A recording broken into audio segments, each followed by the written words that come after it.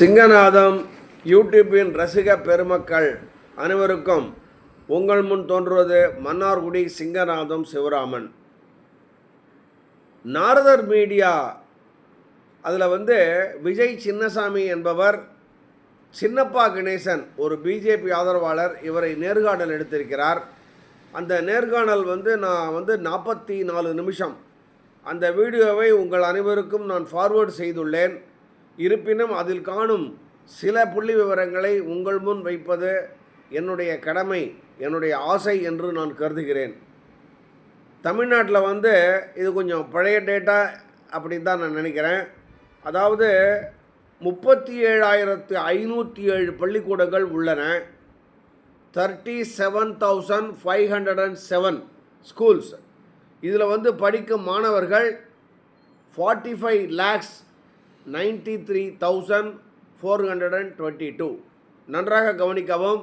37,507 பள்ளிகள், 45,93,422 மாணவர்கள். இந்த பள்ளிக்கூடத்தில் 1000க்கு மேல் படிக்கும் மாணவர்கள். மிகவும் கேவலம், சொற்பம் 12 ஸ்கூல் தான் இருக்குது. அந்த 12 ஸ்கூலில் 9, 7 சென்னை சிட்டியில் இருக்குது. பாக்கி 5 பள்ளிக்கூடம் காஞ்சிபுரம், செங்கல்பட்டு, கன்னியாகுமரி, கிருஷ்ணகிரி, தூத்துக்குடி. மொத்தம் 12 பள்ளிக்கூடம். இதுக்கு நேர் எதிராக தனியார் பள்ளிக்கூடங்கள் 12,690. Clearly 1/3 of the government schools. 37, இது 12,000 ஸ்கூல் தான். அதில் படிக்கும் மாணவர்கள் எத்தனை தெரியுமா? 64,15,398. மோர் தேன் 1.5%. 45 லட்சம் அரசு பள்ளிக்கூடம், 64 லட்சம் தனியார் பள்ளிக்கூடம். இதில் எத்தனையோ பள்ளிகள், நூற்றுக்கணக்கான பள்ளிகளில் மாணவர்கள் 1000க்கு மேல் படிக்கிறார்கள். சில பள்ளிக்கூடங்கள் 5,000, 6,000 கூட படிக்கிறார்கள். அவற்றில் பெரும்பான்மையான பள்ளிகள் சிபிஎஸ்இ சிலபஸில் இயங்குகின்றன. அங்கெல்லாம் மும்மொழி திட்டம் உள்ளது. தமிழ் கட்டாயம், ஆங்கிலம் உண்டு, இந்தியும் உண்டு. ஆனால் அரசு நடத்தும் பள்ளிக்கூடத்தில் இருமொழி திட்டம்.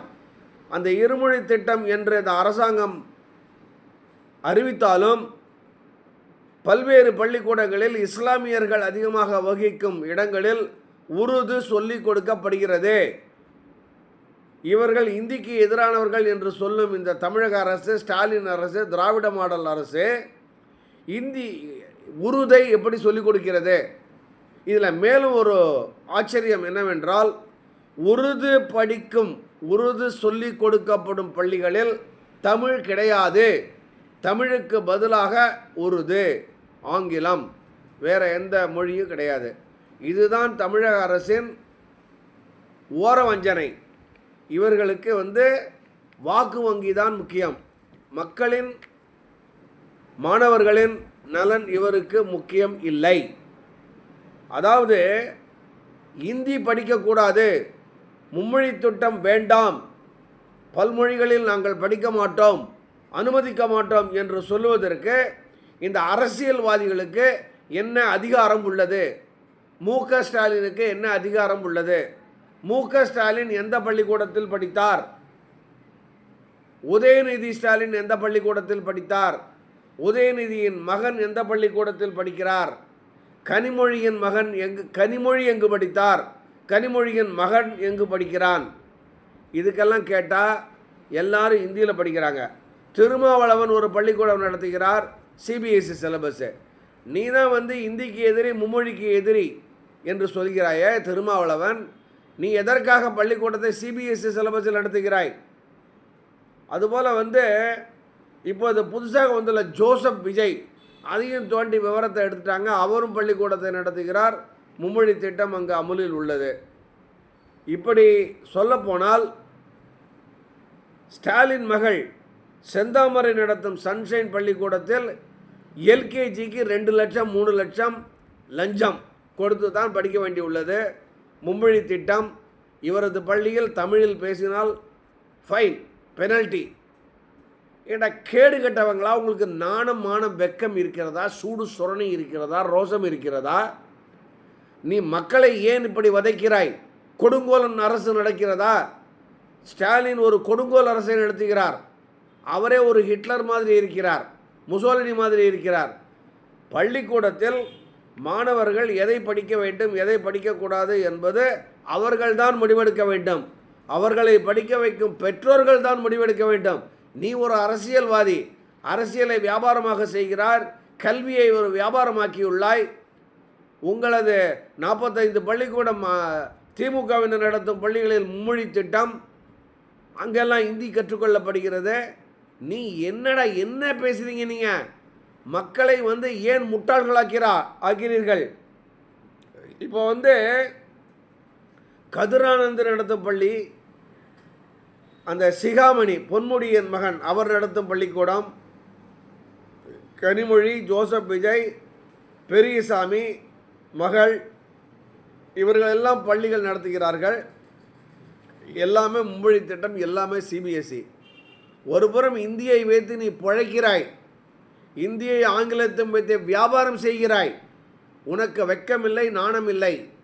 மக்களை படிக்கக்கூடாது என்று சொல்கிறாய். அரசு பள்ளிகளில் மும்மொழி திட்டம் அமுல்படுத்த மாட்டாய், அமுல்படுத்த விடமாட்டோம் என்று சொல்கிறீர்கள். உங்களது பாட்சா பலிக்காது, மோடியிடம் பலிக்காது.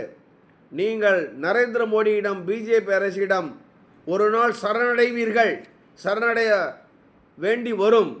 உங்களது அரசாங்கம் கலைக்கப்படும், 336 இங்கு அமுல்படுத்தப்படும். அந்த உங்களது அரசு கலைக்கப்படும்.